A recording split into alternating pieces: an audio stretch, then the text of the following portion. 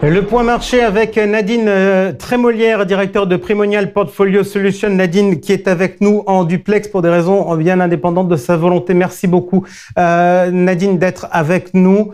On va tout de suite, si vous le voulez bien, commencer par regarder le tableau des taux d'intérêt. Ça bouge pas beaucoup finalement ?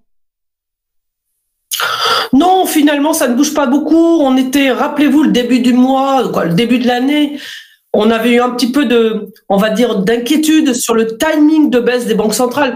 Je crois que la nouvelle de l'année, de ce début d'année, c'est que, OK, on sait qu'on est au pivot à peu près partout, que ce soit aux États-Unis, en Europe.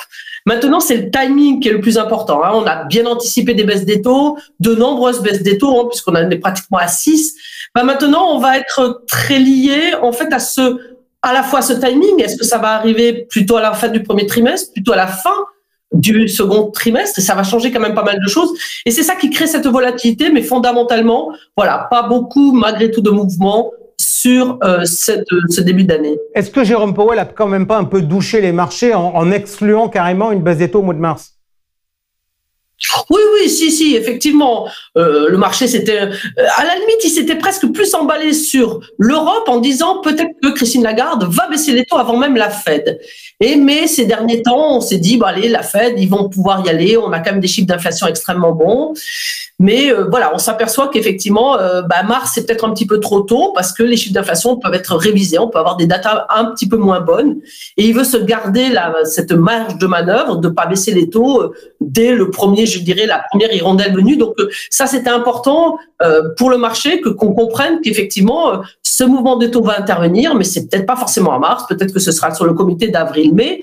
Et de son côté, Christine Lagarde, elle est presque, on va dire, plus en défensif.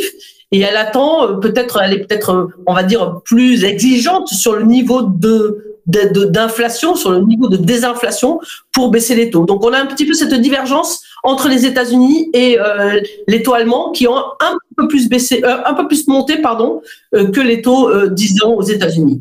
Ok, parfait. Je regarde maintenant, si vous le voulez bien, le tableau des actions. Et c'est le charme d'un tableau où on a les performances trimestrielles. Je fais le constat suivant. Grosso modo, les 3 derniers mois sont globalement dans le vert.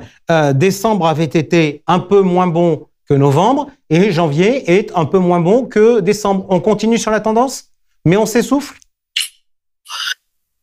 Voilà, exactement. Je pense que c'est pareil. Au mois de janvier, on s'attendait un peu. Rappelez-vous, les 2 premières semaines n'ont pas été très, très bonnes sur les marchés actions parce que justement, on avait quelques inquiétudes sur le fameux timing de baisse des taux. Je veux dire, c'est vraiment l'élément principal qui anime les marchés en ce moment. Et effectivement, vu la hausse qu'on a eue au mois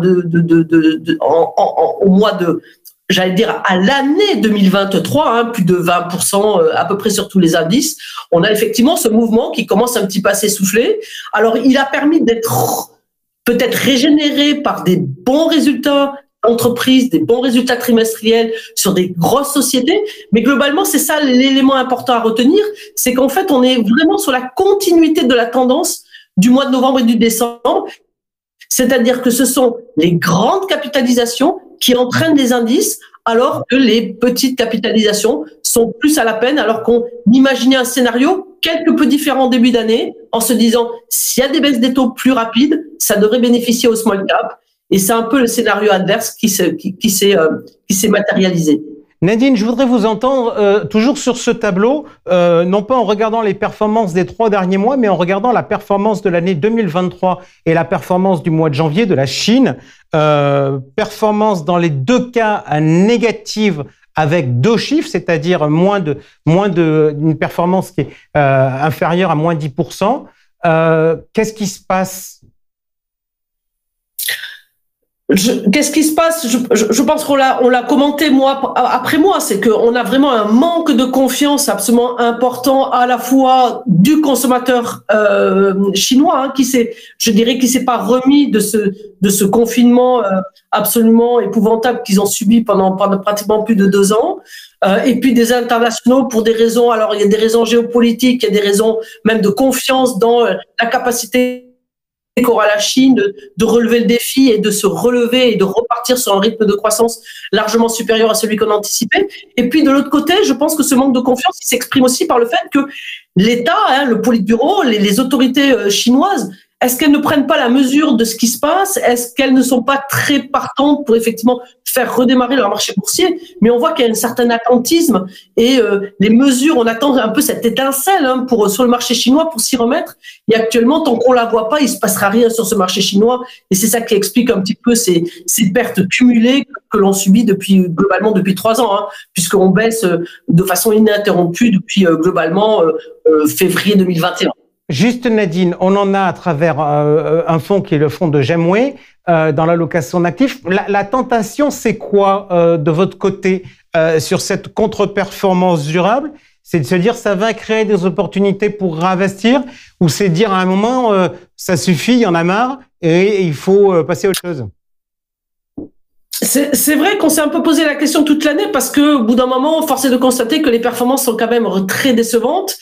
Et que, voilà, on attend. Alors, nous, on est plutôt dans cette position d'attendre un peu l'étincelle, ce dont je vous parlais précédemment, c'est-à-dire quand est-ce qu'à un moment le gouvernement va prendre des mesures pro-business, quand ils vont essayer de relancer sérieusement la croissance.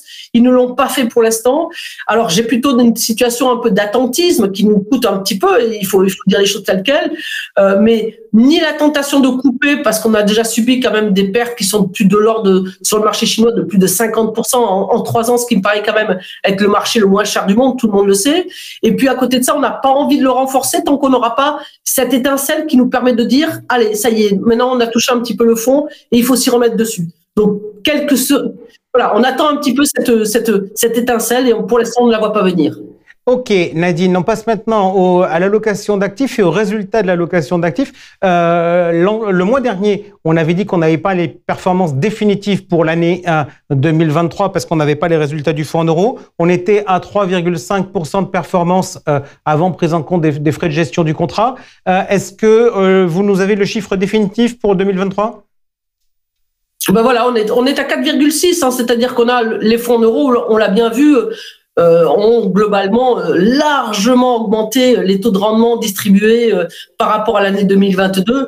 Et ça, dans la mesure où on avait 45% de notre profil investi dans ce fonds en euros, voilà, 2% d'augmentation s'est traduit par 1% sur le profil. Donc ça, c'est relativement satisfaisant sur une année qui était quand même facile sur les marchés actions, plus difficile sur la partie, on va dire, la partie immobilière, qui nous a quand même coûté 1,5% de performance sur l'année. Mais cette extrême diversification que l'on prône nous permet quand même, malgré tout, avec, je vous dis, un secteur qui était quand même en difficulté, d'avoir des performances qui sont pas loin de 5% sur l'année 2023.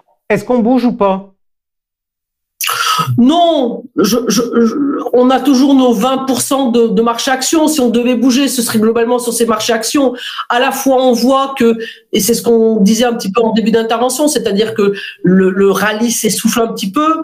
On a toujours, à notre sens, des prévisions relativement bonnes dans les mois prochains. Donc, on va garder ces 20%. À côté de ça, les fonds obligataires ont plutôt bien marché et nous ont été très favorables, donc on les garde. Voilà, on garde cette allocation inchangée. Pour nous, elle est à peu près adaptée à ce marché qui, malgré tout, entraîne beaucoup d'incertitudes sur un certain nombre de sujets. Nadine, j'ai quand même envie de vous challenger. Dans un environnement, vous nous dites que l'élément majeur, ça sera la baisse des taux, même si le timing va être important et l'ampleur de la baisse des taux va être importante. Mais on se dit que c'est plutôt favorable aux valeurs de croissance. Est-ce que, à travers l'Asie et la Chine, à travers les small caps, etc., on n'est pas trop value ? Non, je pense pas. On a quand même 2 fonds je dirais pas d'hypercroissance, mais de croissance. On a un fonds Pictet Clean Energy qui est quand même très basé sur le développement durable, dont on sent, et notamment il baisse un tout petit peu ce mois-ci après un très beau parcours en 2023, de par le fait que justement ils sont un peu plus inquiets de ce report de la baisse des taux. Donc ça, on est très croissance. On a un fonds Thematics Meta pareil, qui est de l'hypercroissance. À côté de ça, même au niveau des émergents, on peut pas considérer que tous les émergents sont value. Peut-être que la Chine, on est peut-être un peu dans un value trap. J'espère qu'on va en sortir. Mais dans l'ensemble, et puis les small caps, pour nous, c'est quand même toujours un sujet de croissance. Donc, j'ai pas exactement la même analyse que vous. Pour nous, on a quand même un portefeuille plus croissance que value, largement plus croissance que value. Merci beaucoup, Nadine, d'avoir été avec nous. Tout de suite, le journal décalé de Georges Delataille.